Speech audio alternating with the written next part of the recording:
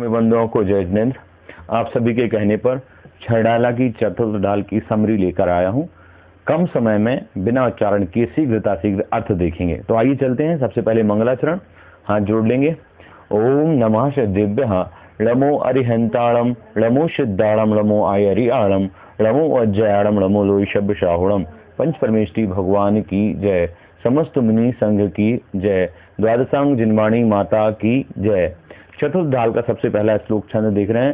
सम्यक श्रद्धा धारी पुनि सेवं सम्यक ज्ञान स्वपर अर्थ बहु धर्मजुत जो प्रगटावन भान। वास्तव में ये तृतीय ढाल में आश्रव और सम्यक ज्ञान की चर्चा हुई थी। आश्रव के भेद और सम्यक दर्शन के दोष, सम्यक दर्शन आदि की चर्चा हुई थी और 8 अंगों की चर्चा हुई थी तृतीय ढाल में। अब मैटर बदल के आया है सम्यक ज्ञान पर। सम्यक दर्शन की चर्चा हो गई, उसके दोष की चर्चा हो गई, उनके अंग की चर्चा हो गई। अब सम्यक ज्ञान की बात है और सम्यक ज्ञान की महिमा यहाँ पर पंडित जी बता रहे हैं। दौलत राम जी कह रहे हैं सम्यक श्रद्धा धारी पुनि अर्थात सम्यक दर्शन को धारण करके सम्यक ज्ञान सेवा, मतलब सम्यक ज्ञान को धारण करना चाहिए। स्वपर अर्थ बहु धर्म जो प्रगटावन भान। भान मतलब यहाँ पर सूरज है। जो सम्यक ज्ञान स्व और पर्थ का जो भेद विज्ञान है, तो भेद विज्ञान रूपी धर्म को प्रगटावन मतलब प्रकट कराने वाला ऐसा सूरज के समान है, वह है सम्यक ज्ञान। तो इसको धारण कीजिए, पर कब? सम्यक श्रद्धा धारी पुनि अर्थात सम्यक श्रद्धा को धारण करके, क्योंकि कार्य कारण विवक्षा में सम्यक दर्शन कारण है और सम्यक ज्ञान कार्य है। तो जब तक सम्यक दर्शन नहीं होगा तो सम्यक ज्ञान नहीं होगा, इसलिए सम्यक दर्शन धारी पुनि कहा, सम्यक श्रद्धा धारी पुनि कहा। आइए देखते हैं इसी ढाल का दूसरा पद क्या लिख रहा है। सम्यक साथे ज्ञान होय पे भिन्न आराधो। लिख रहे हैं सम्यक साथे ज्ञान होय, सम्यक दर्शन के साथ ज्ञान होय पे भिन्न आराधो। ये दोनों साथ साथ हो जाए फिर भी भिन्न हैं दोनों। जैसे किससे भिन्न है? तो का लक्षण श्रद्धा जान, लक्षण से दोनों में भेद है। सम्यक दर्शन मतलब श्रद्धा है और सम्यक ज्ञान जान मतलब ज्ञानना है, जानना है। तो भेद अबाधो, यही दोनों में स्पष्ट रूप से भेद है। सम्यक, और फिर से लिख रहे हैं सम्यक कारण जान और ज्ञान कारण है। सो जो सम्यक दर्शन है वो कारण है किसका? ज्ञान का। सम्यक कारण ज्ञान अर्थात सम्यक दर्शन जो है वो कारण है ज्ञान का, और जो ज्ञान है वो क्या है? वो कार्य है। ज्ञान कार्य है सोई। तो सम्यक दर्शन कारण है और सम्यक ज्ञान कार्य है। ये दोनों अलग अलग हैं लक्षण से भी। सम्यक दर्शन श्रद्धा और सम्यक ज्ञान कार्य है या फिर जानना है। इसी के लिए कहा फिर, परंतु ये दोनों अलग अलग होते हैं फिर भी युगपत होते हैं, एक साथ होते हैं। प्रकाश दीपकते हो, जिस प्रकार दीपक जलने से तुरंत प्रकाश होता है, एक साथ ही दोनों चीजें होती हैं। अब ये नहीं कह सकते कि आप पहले प्रकाश हुआ फिर दीपक जला या पहले दीपक जला फिर प्रकाश हुआ, दोनों एक साथ चीजें हुई। वैसे ही सम्यक दर्शन और सम्यक ज्ञान एक साथ होते हैं, पर दोनों के दोनों दुहु में भेद अबाधो, स्पष्ट रूप से दोनों में भेद हैं। अब उसी सम्यक दर्शन की चर्चा तो हो चुकी थी, सम्यक ज्ञान की बात हो रही है। तो उस ज्ञान का लक्षण क्या है ये बता ही दिया है कि स्वयं को जानना, सात तत्वों को जानना ज्ञान है, और वही ज्ञान सम्यक दर्शन का कार्य है। ये बात स्पष्ट हुई। अब सम्यक दर्शन के भेद आदि की चर्चा कर रहे हैं। तो भेद में सम्यक दर्शन के 2 भेद हैं, परोक्ष और प्रत्यक्ष। तो उसी की बात कर रहे हैं कि तास भेद 2 है, परोक्ष प्रत्यक्ष तिनमाही। उस सम्यक ज्ञान के 2 भेद हैं, परोक्ष और प्रत्यक्ष मतलब प्रत्यक्ष। और तिनमाही उन दोनों में मतलब परोक्ष और प्रत्यक्ष में पहला जो है परोक्ष, उसमें मति श्रुत 2 परोक्ष, क्योंकि टोटल अगर ज्ञान की बात होगी कुल तो 5 है। मति ज्ञान, श्रुत ज्ञान, मनापरे ज्ञान, केवल ज्ञान और अवधि ज्ञान। थोड़ा क्रम मतलब मति ज्ञान, श्रुत ज्ञान, अवधि ज्ञान, मनापरे ज्ञान और केवल ज्ञान।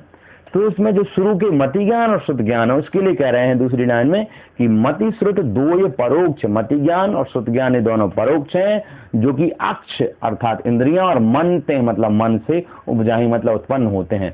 तो मति ज्ञान और श्रुत ज्ञान परोक्ष में आएंगे। आप डायग्राम देखेंगे तो ज्ञान को 2 हिस्सों में डिवाइड किया, परोक्ष और प्रत्यक्ष। परोक्ष में 2 ज्ञान आ गए, मति ज्ञान और श्रुत ज्ञान। और ये मति ज्ञान और श्रुत ज्ञान किससे होते? तो कहा अक्ष मन ते उपजाई, अक्ष मतलब इंद्रिय और मन इनसे उत्पन्न होते हैं। और कहा जाए जो प्रारंभ का है इंद्रिय और मन से सीधा प्रारंभिक ज्ञान है वो मति ज्ञान होता है, और जो मति ज्ञान से आपने जाना उसी को और विशेष रूप से जानते हैं तो वो श्रुत ज्ञान होता है। तृतीय ज्ञान की बात आई तो कहा अवधि ज्ञान मन परजय 2 है देश प्रत्यक्षा। दो भेद किए थे ज्ञान के, परोक्ष और प्रत्यक्ष। तो परोक्ष में दो ज्ञान आ गए, अब प्रत्यक्ष के भी दो भेद कर दिए, देश प्रत्यक्ष और सकल प्रत्यक्ष। तो देश प्रत्यक्ष में अवधि ज्ञान और मन परजय दो हैं देश प्रत्यक्षा। अवधि ज्ञान और मन परजय ज्ञान ये दोनों देश प्रत्यक्ष कहलाए। और देश प्रत्यक्ष मतलब क्या है, तो कहा द्रव्य क्षेत्र परिमाण लिए जाने ये स्वच्छा। द्रव्य क्षेत्र, ये जो देश प्रत्यक्ष ज्ञान होते हैं भले ही आत्मा से होते हैं, परंतु इनमें भी सीमा होती है। किसकी? द्रव्य क्षेत्र काल आदि की सीमा के कारण से देश प्रत्यक्ष कहलाते हैं। मतलब होते तो आत्मा से ही है, पर प्रत्यक्ष ज्ञान मतलब क्या है, जो आत्मा से होता है। तो ये जो अवधि ज्ञान, मनोपर ज्ञान और केवल ज्ञान, ये आत्मा से ही होते हैं, परंतु जो मनोपर ज्ञान और अवधि ज्ञान है इसमें सीमा है। केवल ज्ञान में कोई सीमा नहीं है, इसलिए वो सकल प्रत्यक्ष है। इसके बाद अगला छंद आया कि सकल द्रव्य के गुण अनंत पर जाए अनंता, अर्थात सकल जो द्रव्य अर्थात 6 द्रव्य हैं उनके अनंत गुण हैं और उनकी अनंत कालवर्ती पर्याय हैं। और जाने कई काल जो प्रकट केवली भगवंता, अर्थात केवली भगवंता से यहाँ मतलब केवल ज्ञान। तो केवली भगवंता का जो केवल ज्ञान है वो जाने कई काल, अर्थात समस्त द्रव्यों की पर्याय और उनके अनंत गुणों को एक ही काल में एक ही समय में केवली भगवान अपने केवल ज्ञान से जानते हैं। तो यहाँ केवल ज्ञान का लक्षण भी हो गया और फिर ज्ञान की महिमा भी बता रहे हैं। ज्ञान समान न आन जगत में सुख को कारण। तो जो सम्यक ज्ञान है, मति ज्ञान, श्रुत ज्ञान, अवधि ज्ञान, मनोपर ज्ञान और केवल ज्ञान, ये पांचों के पांच सम्यक हैं।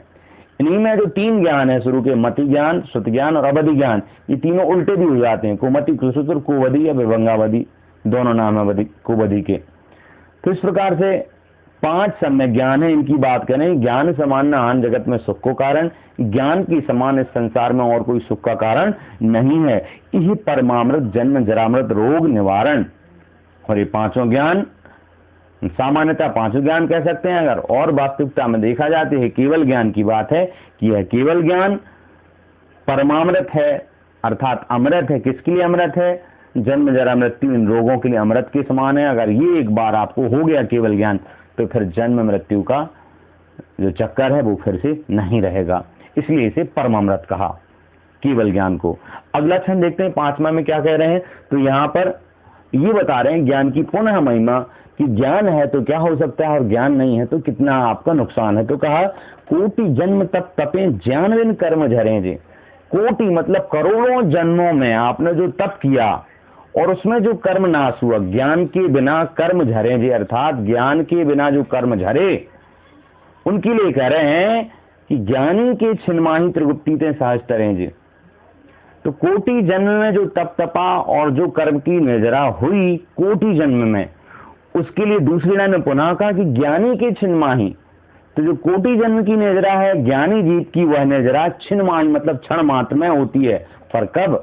त्रिगुप्ती थे, अर्थात जब वह मन गुप्ती, वचन गुप्ती और काय गुप्ती, अर्थात मन, वचन और काय की चंचलता को रोकता है और सहजता में रहता है, तो कहते हैं कि यह क्षण मात्र में ही उसके कर्मों की निर्जरा हो जाती है।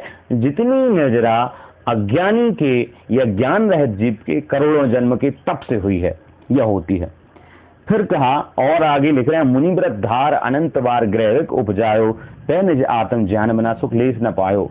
अब यह एक बहुत खास बात लिख रहे हैं कि मुनिव्रत धार, मुनिव्रत 2 तरीके से धारण होते हैं, एक तो भावना से और एक ग्रहित मिथ्यात्व में। किसी ने कहा कि मुनि बनना और कुल में चला आ रहा था, या आपके किसी वरिष्ठ ने मुनिव्रत को धारण किया तो आपने भी धारण किया। और एक होता है दिल से, अर्थात भाव से, भावलिंगी मुनिराज और द्रव्यलिंगी मुनिराज। तो यहाँ पर जो बात है वो द्रव्यलिंग की अपेक्षा से है कि मुनिव्रत धारण करके अनंत बार ग्रैविक उपजाया, तै निज आत्म ज्ञान बिना सुख लेस न पाया। परंतु निज आत्म ज्ञान के बिना, अर्थात वही सम्यक ज्ञान के बिना लेस मात्र भी सुख नहीं मिला। तो क्या यहाँ ये कह रहे हैं कि मुनि बनने से कोई फायदा नहीं है?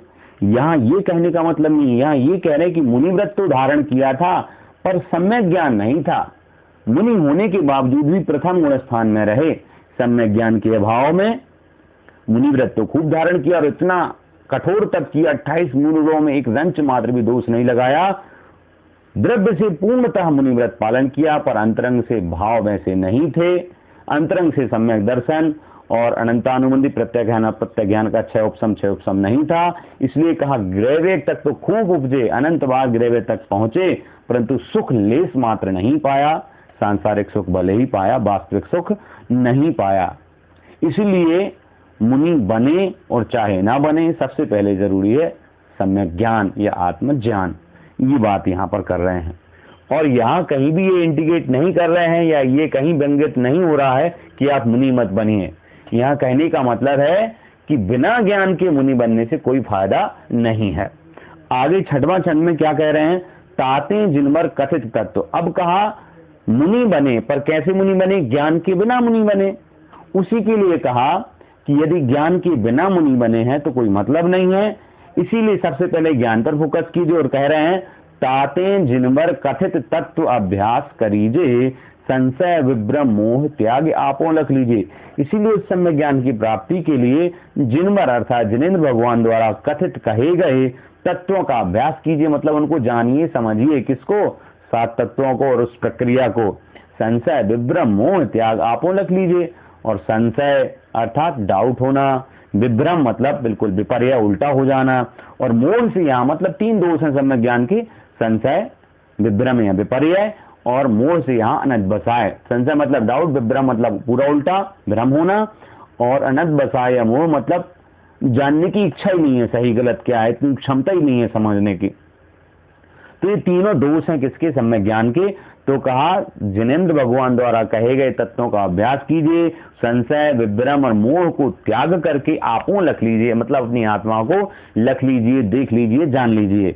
क्योंकि ये इसी गति में संभव है, मनुष्य गति में और स्कूल में।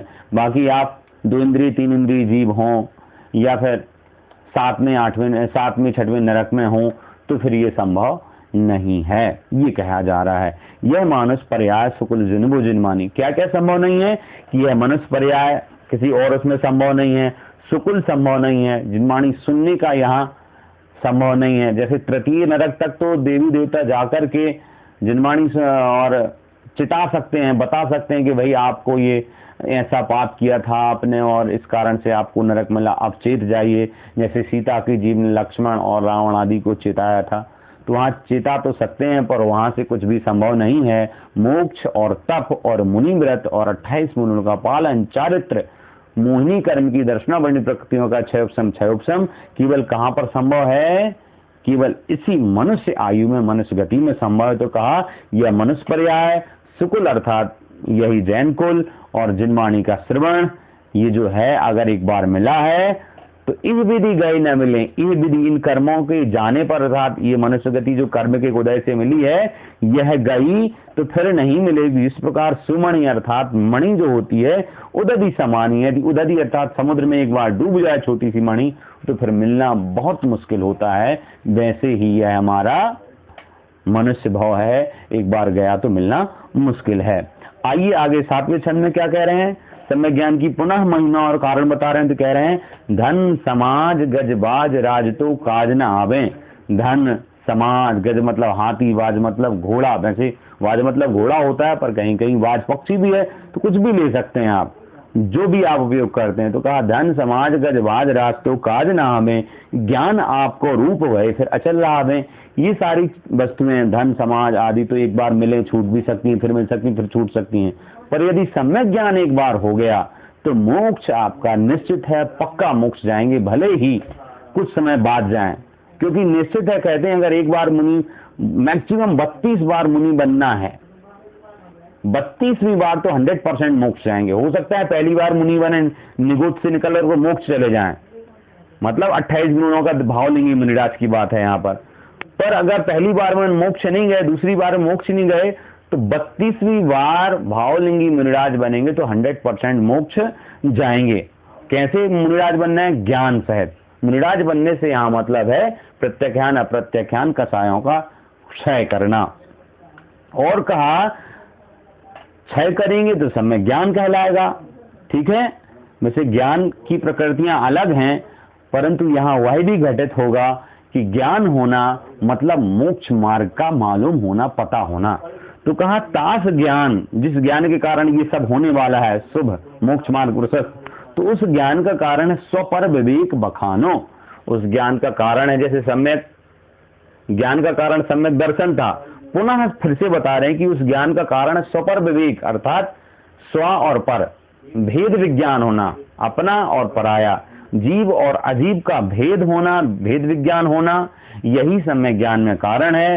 कोटि उपाय बनाए भव्यता को राना, इसलिए हे भव्य जीव कोटि उपाय बनाकर उस भेद विज्ञान को और स्व और पर के विवेक को जानने का, समझने का प्रयास करना चाहिए और अनुमत हृदय में लाने का प्रयास करना चाहिए। ये बात हुई। 8वें छंद में क्या कह रहे हैं? जे पूरब शिव गए जाहि अरु आगे जय हैं, सो सब महिमा ज्ञान तनि मुनिनाथ कहे हैं। पुनः ज्ञान की महिमा कि जे पूरब अर्थात जो पूर्व में अर्थात भूतकाल में शिव अर्थात मोक्ष गए हैं, अरु आगे जे हैं, गए मतलब जा चुके हैं, जाहि मतलब जा रहे हैं, अरु आगे जे हैं मतलब आगे भविष्य में जाएंगे, सो सब महिमा ज्ञान तनि मुनिनाथ कहे हैं। मुनिनाथ मतलब जिनेंद्र भगवान। जिनेंद्र भगवान ने यह सब किसके लिए बताया है?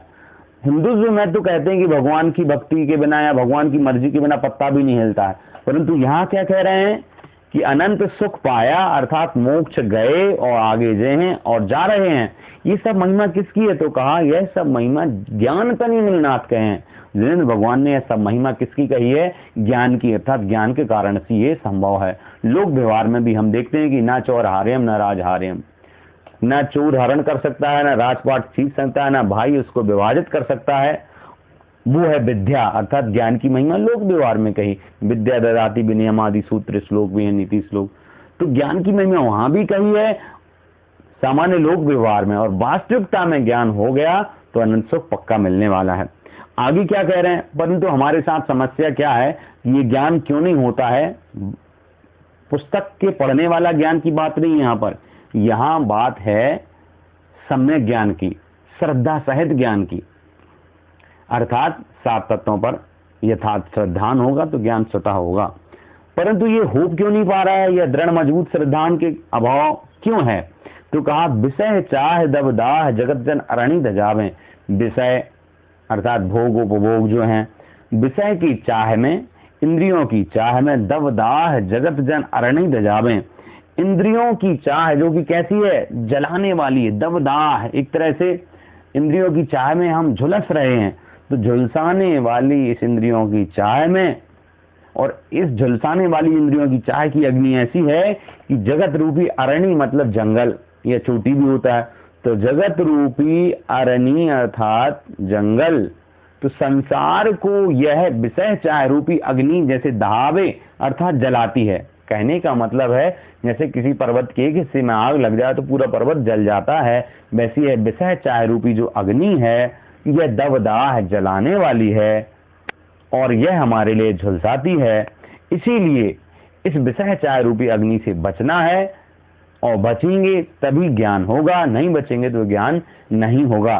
तो कहा तास उपाय न आन घन घान बुझावे। और विषय चाह रूपी अग्नि को कौन बुझा सकता है? तो कहा उसका उपाय और कोई नहीं है दूसरा, न आन दूसरा नहीं है, ज्ञान घन घान बुझावे। ज्ञान जिस दिन होगा उस दिन स्वतः स्वयं भी यह विषय चाह रूपी अग्नि जल जाएगी। यहाँ पर ये कहा। अगला पद्य हम लोग देख रहे हैं, क्या लिख रहे हैं कि इसीलिए ज्ञान जिसको हो गया वो व्यक्ति अनंत सुख की रास्ते में बढ़ जाता है, क्योंकि ज्ञान जब हो गया तो वो फिर पुण्य के उदय में प्रसन्न नहीं होता और पाप के उदय में दुखी नहीं होता। ऐसा कह रहे हैं ज्ञान की महिमा में। क्या कह रहे हैं देखते हैं कि पुण्य पाप फल माई हरस बिलखो मत भाई। पुण्य के पहले शब्द को पुण्य से जोड़ेंगे हर्ष से, पाप को जोड़ेंगे बिलखो से मतलब रोने से। तो पुण्य पाप के फल में हर्ष और बिलखना मतलब रोना मत भाई। हे बाबू जी वैसा मत करो, यह पुद्गल पर जाए उपजी बिन से फरताई। क्योंकि यह पुण्य और पाप जो है पुद्गल की पर्याय हैं, उपजेगी और फिर से बनस जाएगी। अर्थात पुद्गल से मतलब पुण्य और पाप का उदय मतलब कर्म के कारण होता है, और कर्म एक पुद्गल है, तो यह पुद्गल की पर्याय हैं पुण्य और पाप। इसीलिए इसमें हरस भी मत करो और बिलखो मतलब रो भी मत। लाख बात की बात यह है निश्चय और लाओ। और कहा लाख बात की एक बात है जिसे निश्चित रूप से वास्तविक रूप से और मतलब हृदय में धारण कीजिए। क्या है वो लाख बात की एक बात? कहा सोरी सकल जग दंड फंद ने आत्म ध्याओ। सकल जगदंड फंद, संसार के समस्त दंड फंदों को छोड़ करके, यहाँ वहाँ की सुनना छोड़ करके, यहाँ वहाँ ध्यान देने को छोड़ करके निजात्म ध्यान, निजात्मा का ध्यान करना चाहिए। धीरे धीरे समझ में आएगा ये सम्यक ज्ञान। बोले सारे संसार को छोड़ दो, दिमाग को हटा दो, अचानक नहीं हटा सकते। भैया क्या कह रहे हो, सब छोड़ देंगे, खाएंगे पिएंगे, अब क्या करेंगे? यहाँ वैसे घटित नहीं करना है। जब आप धीरे धीरे इस मार्ग पर चलेंगे तो अपने आप कमाने में आपको दुखी और अपनी आत्मा के गुणों का चिंतन करने में आनंद आने लगेगा। ये प्रैक्टिस से होगा।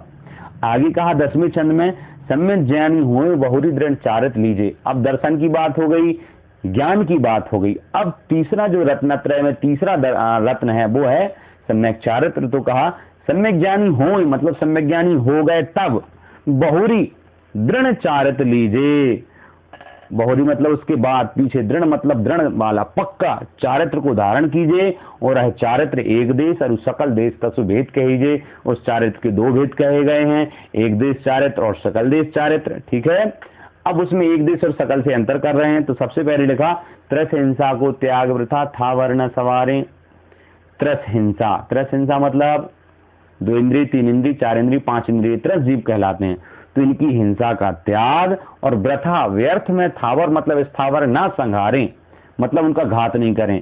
तो त्रस हिंसा का पूर्ण रूप से त्याग और थावर मतलब स्थावर पंच एक इंद्रिय जीव का व्यर्थ में घात नहीं करना, यह कहलाता है जो चारित्र में एक देश चारित्र। अब चूंकि थोड़ा सा मुझे पहले बताने की जरूरत है, चारित्र में जो 12 व्रत आते हैं उनमें पहले 5 व्रत जो हैं वो अणुव्रत और महाव्रत 2 हिस्सों में डिवाइड किए। अगर एक देश पालन कर रहे हैं तो अणुव्रत कहलाएंगे और सकल देश पूर्ण रूप से पालन कर रहे हैं तो महाव्रत हैं। क्योंकि यहाँ पर अणुव्रत की चर्चा है कि त्रस हिंसा का त्याग कर दीजिए पूर्ण रूप से, परंतु स्थावर की आपको छूट है कि व्यर्थ में बस नहीं उनका घात करेंगे, पर कार्य करने के कारण से घात हो रहा है तो उसकी छूट है। तो ये कहलाएगा अहिंसाणुव्रत एक देश चारित्र। क्योंकि चारित्र के 2 भेद हैं, इसके जस्ट पहली वाली लाइन में देखेंगे, एक देश और सकल देश, 2 भेद कर दिए। तो ये व्रतों में पहला व्रत हो गया अहिंसाणुव्रत की त्रस हिंसा का त्याग रहेगा। दूसरा व्रत है सत्याणुव्रत। क्या है वो? परवधकार कठोर निंद नहीं बयान उच्चारें। परवधकार दूसरों के घात करने वाले, कठोर दूसरों को घात वध आदि करने वाले, और कठोर और निंद मतलब निंदनीय नहीं बयान उच्चारें, मतलब ऐसे वचन नहीं बोलना चाहिए जो कठोर हों, निंदनीय हों और दूसरों का घात करने वाले हों। तो ये हो गया सत्याणुव्रत। इसके बाद तीसरे व्रत का नाम है अचौर्याणुव्रत। तो कहा जल मृतिका बिन और ना ही कछु गहे दत्ता, अर्थात जल और मिट्टी, वो भी कैसी जल मिट्टी जिस पर किसी का मालिकाना हक ना हो। तो ऐसे जल और मिट्टी के बिना और भी कुछ ना ही कछु गहे दत्ता, नहीं मतलब नहीं गए मतलब ग्रहण करे, अदत्ता मतलब बिना दिए। बिना दिए ये चीज भी किसी, ये दोनों चीजों के अलावा कोई भी वस्तु बिना ग्रहण किए नहीं लेना है, बिना दिए हुए ग्रहण नहीं करना है। और इवन मिट्टी और पानी भी जो लिखा, ये भी कौन सी मिट्टी और पानी? जिस पर किसी का मालिकाना हक नहीं है उसको बस ले सकते हैं, बाकी मिट्टी पानी भी बिना किसी के दिए ग्रहण नहीं करना है, ये ग्रहण करेंगे। आगे लिख रहे हैं निज बनिता बिन सकल नारी सो रहित विरता, मतलब तीसरा व्रत के बाद चौथा व्रत आ गया ब्रह्मचर्याणुव्रत, अर्थात अपनी पत्नी के अलावा सकल नारी सो संपूर्ण नारी जाति से रहे व्रता, अर्थात विरक्त रहना ब्रह्मचर्याणुव्रत है। और फिर अपनी शक्ति विचार परिग्रह थोरो राखो, अपनी शक्ति या अपनी आवश्यकता को विचार करते हुए परिग्रह यथा योग्य जितना आवश्यकता उतना परिग्रह रखना, या थोरो परिग्रह रखें, अर्थात कम से कम परिग्रह रखना ही परिग्रह प्रमाणानुव्रत है। यहाँ पर रखने की अनुमति है, पर मुनिराज को बिल्कुल भी परिग्रह रखने की अनुमति नहीं है।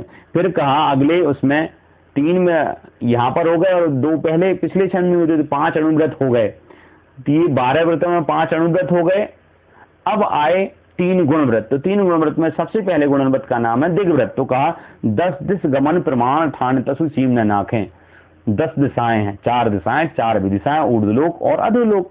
ऊर्ध्वलोक से मतलब ऊपर और नीचे, इस अपेक्षा से 10 दिशाएं हो गई। तो 10 दिशाओं में गमन प्रमाण, गमन मतलब जाने का, प्रमाण मतलब सीमा, ठान मतलब करना, 10 दिशाओं में आने जाने की सीमा को करना।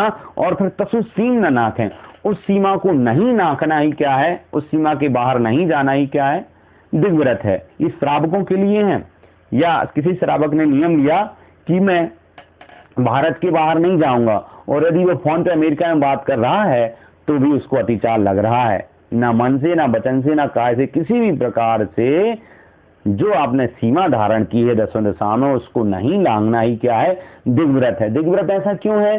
क्योंकि जो आपने सीमा करी है उसके बाहर अब जो भी पाप आदि क्रियाएं हो रही हैं उससे आपको कोई भी मतलब नहीं है, उन सारी क्रियाओं से आप बच चुके हैं। इवन आप उस क्षेत्र की न्यूज भी नहीं सुन सकते हैं। जो ब्रह्मचर्यानुव्रत या 5 व्रतों का या जो देशव्रती श्रावक होता है और उसकी यदि दृढ़ व्रत है कि वह भारत से बाहर की बात नहीं सुनेगा, तो भारत से बाहर की अमेरिका आदि की न्यूज भी वह नहीं सुन सकता है, ना उससे राग द्वेष कर सकता है। ये चर्चा हुई, ये हुआ दिग्व्रत। दूसरे व्रत का नाम है देशव्रत। तो देशव्रत में क्या है, जो दिग्व्रत में आपने सीमा ली थी उसी को और डिटेल में कर दिया, गहराई से कर दिया कि ताहू में फिर ग्राम गली गृह बाग बाजारा। उसी दिग्व्रत में ग्राम की, गली की, घर की, बाग बाजार आदि की सीमा ले लेनी ना, कि इस दिशा में दिग्व्रत में लिया था कि उत्तर दिशा में यहाँ तक नहीं जाएंगे, उसको भी कम कर लिया और समय में मान लिया कितने समय तक इस क्षेत्र से मैं बाहर नहीं जाऊंगा। तो ये देशव्रत हो गया। गमनागमन प्रमाण ठान अन सकल निवारा, अर्थात आने जाने का प्रमाण या सीमा ठान लेना, निश्चित कर लेना, और सकल दंड फंड अर्थात मन वचन काय कि हलन चलन या उससे संबंधित क्रियाओं का त्याग रहेगा। इस प्रकार से दिग्व्रत हुआ, देशव्रत हुआ। तो तीसरा जो गुणव्रत है वो है अनर्थ दंड व्रत। वैसे अनर्थ दंड व्रत के कई वेद हैं, पर मुख्यतः 5 वेद यहाँ बता रहे हैं, उन्हीं में सारे वेद शामिल करने का प्रयास है। सबसे पहला अनर्थ दंड व्रत कहा, काहू की धनहानि किसी जयहार न चिंते, अर्थात किसी की धन की हानि और किसी जयहार न चिंते। अर्थात जो पहला है उसका नाम है अपध्यान, अर्थात यदि आपका 5 व्रत हैं, आप देश व्रत का भी पालन कर रहे हैं, तो कोई जीत रहा है, कोई हार रहा है, किसी को लाभ हो रहा है, किसी को हानि हो रही है, तो आप राग द्वेष नहीं करेंगे, किसी को हराने का, जिताने का भाव नहीं करेंगे। अगर करते हैं तो ये अनर्थ दंड होगा, और नहीं करते हैं तो अनर्थ दंड व्रत हो जाएगा। ठीक है, तो काहू की धनहानि ये पहला हो गया अपध्यान। दूसरा है देना सो उपदेश अग बनज कृषिते, मतलब ऐसा उपदेश नहीं देना। दूसरा जो अनर्थ दंड व्रत है वो पापोपदेश, तो ऐसा उपदेश नहीं देना। कैसा उपदेश?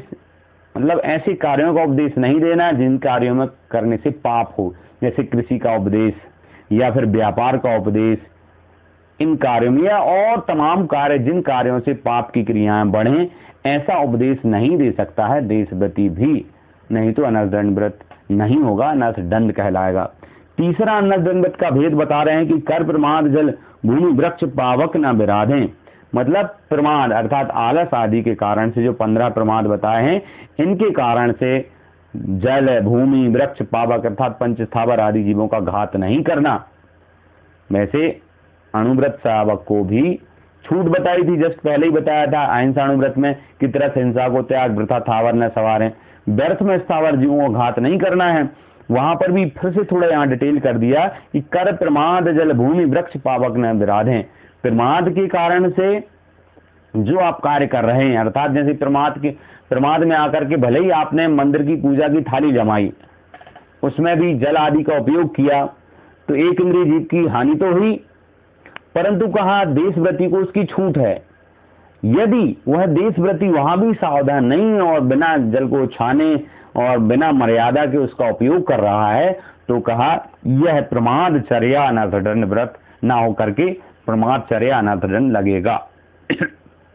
अगला आया असुधनु हल हिंसोपकरण नहीं देश लागे, मतलब असी मतलब तलवार, धनु मतलब धनुष, हल मतलब हल आदि हिंसा के उपकरण, मतलब ऐसे उपकरण, ऐसे इंस्ट्रूमेंट जिनसे हिंसा होने की संभावना है।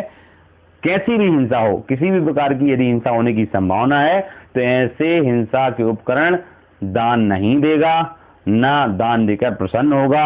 ये हो जाएगा हिंसा दान अनर्थ दंड व्रत, मतलब दान नहीं करेगा तब। फिर अगला कहा राग द्वेष करतार कथा कबहू न सुनीजे, राग द्वेष करता, राग और द्वेष को कराने वाली, बढ़ाने वाली कथाओं को कभी नहीं सुनेगा, तो हो जाएगा दुष्श्रुति अनर्थ दंड व्रत, अर्थात वह न सुनेगा न सुनाएंगे। इस प्रकार से 5 अनर्थ दंड व्रत हुए।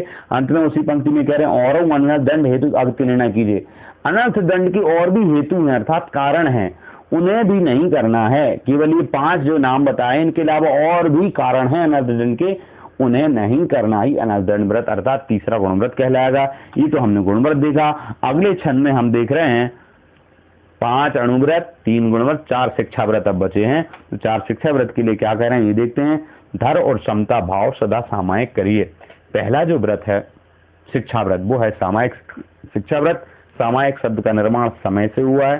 सम मतलब समान, समत्व, आय मतलब आत्मा, अपनी आत्मा में समत्व का भाव देखना, या यूं कह सकते हैं किसी एक विषय पर ध्यान चिंतन करना, 12 अनुप्रेक्षाओं का चिंतन करना और निश्चित नियम पूर्वक एक आसन में बैठ करके 24 घंटे में कम से कम 3 समय ये चिंतन करना एक आसन में नियम पूर्वक सामायिक कहलाता है।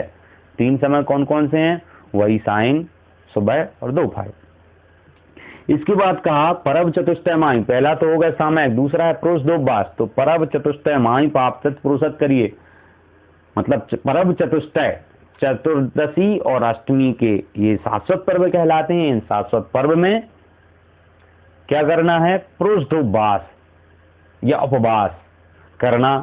पुरुष दोबास शिक्षा व्रत कहलाएगा। पुरुष दोबास उत्तम मध्यम जघन्य से होता है। उत्तम में अर्थात अष्टमी के दिन उपवास रहेगा और त्रयोदशी जैसे अष्टमी के दिन उपवास किया तो सप्तमी और नवमी के दिन एकासन रहेगा, तो ये पुरुष दोबास उत्तम कहलाएगा। मध्यम में अष्टमी के दिन तो उपवास ही रहेगा, परंतु या तो पहले दिन या उसके बाद वाले दिन एकासन रहेगा, और जघन्य पुरुष दोबास में केवल अष्टमी या चतुर्दशी के दिन उपवास रहेगा। तो इस प्रकार से ये पुरुष दोबास हो गया। तीसरा शिक्षा व्रत है भोगो भोग परिमाण, मतलब भोग और भोग नियम कर ममत निवारें। भोग और भोग की जो वस्तुएं हैं उनको सीमित करके, संकुचित करके ममत्व का उनसे त्याग होगा। देखिए परिग्रह परमाणु व्रत में सीमित करना था कि इतनी वस्तुओं से अधिक नहीं, या जितनी आवश्यकता उतनी वस्तुएं। यहाँ पर जो भी वस्तुएं परिग्रह परमाणु व्रत के अंतर्गत आपके पास हैं उनमें भी ममत्व का निवारण करना क्या है? भोगो भोग परिमाण शिक्षा व्रत। पर 14 बार मुनि को भोजन दे फेर निज कर रही यहाँ अतिथि समविभाग शिक्षा व्रत है, अर्थात अपने से जो बड़े हैं केवल मुनि ना लेकर के चतुर्विध संग लीजिए। अगर वो आपके नगर में आपके आसपास हैं तो उनको भोजन दे, मतलब उनको आहार दे करके फिर निज करई आहार है।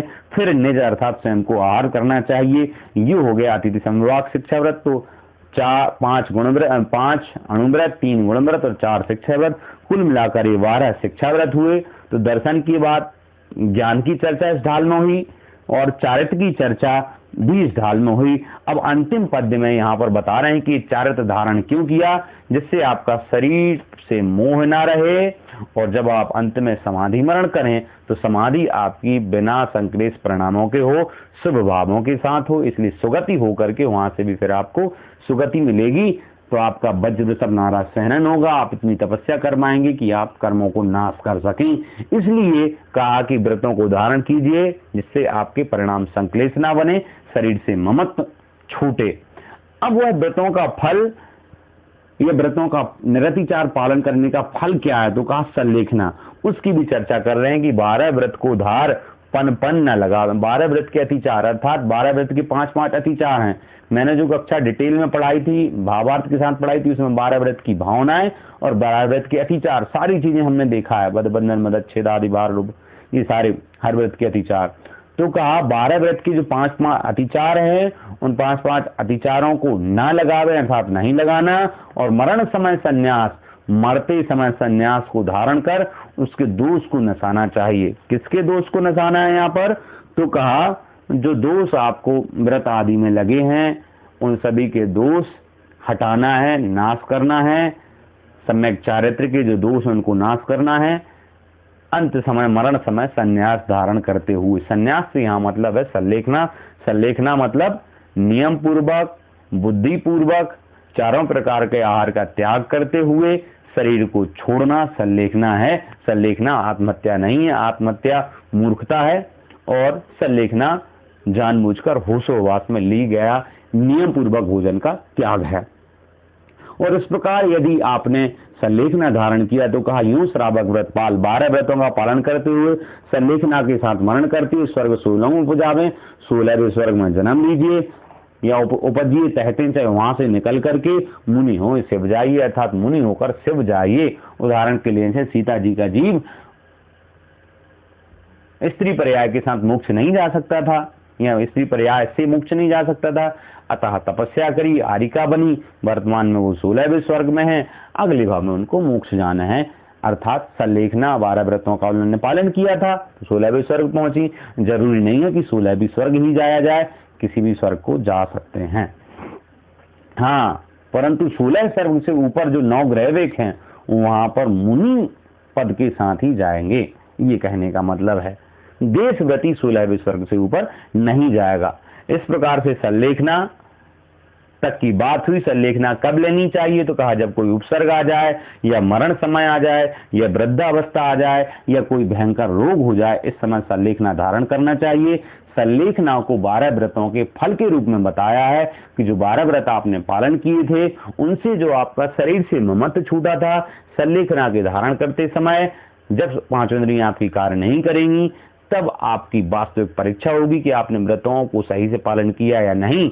और अंत समय यदि सल्लेखना पूर्वक आपने मरण किया, सभी प्रकार के आहारों का, ममत्व का, द्वेष का, सबका त्याग करके मरण किया, तो सुगति निश्चित है। और सुगति से फिर और सुगति मिलेगी, अर्थात मनुष्य गति मिलेगी, विदेह क्षेत्र की मनुष्य गति मिलेगी, और फिर आप कर्म नाश करके मोक्ष जाएंगे।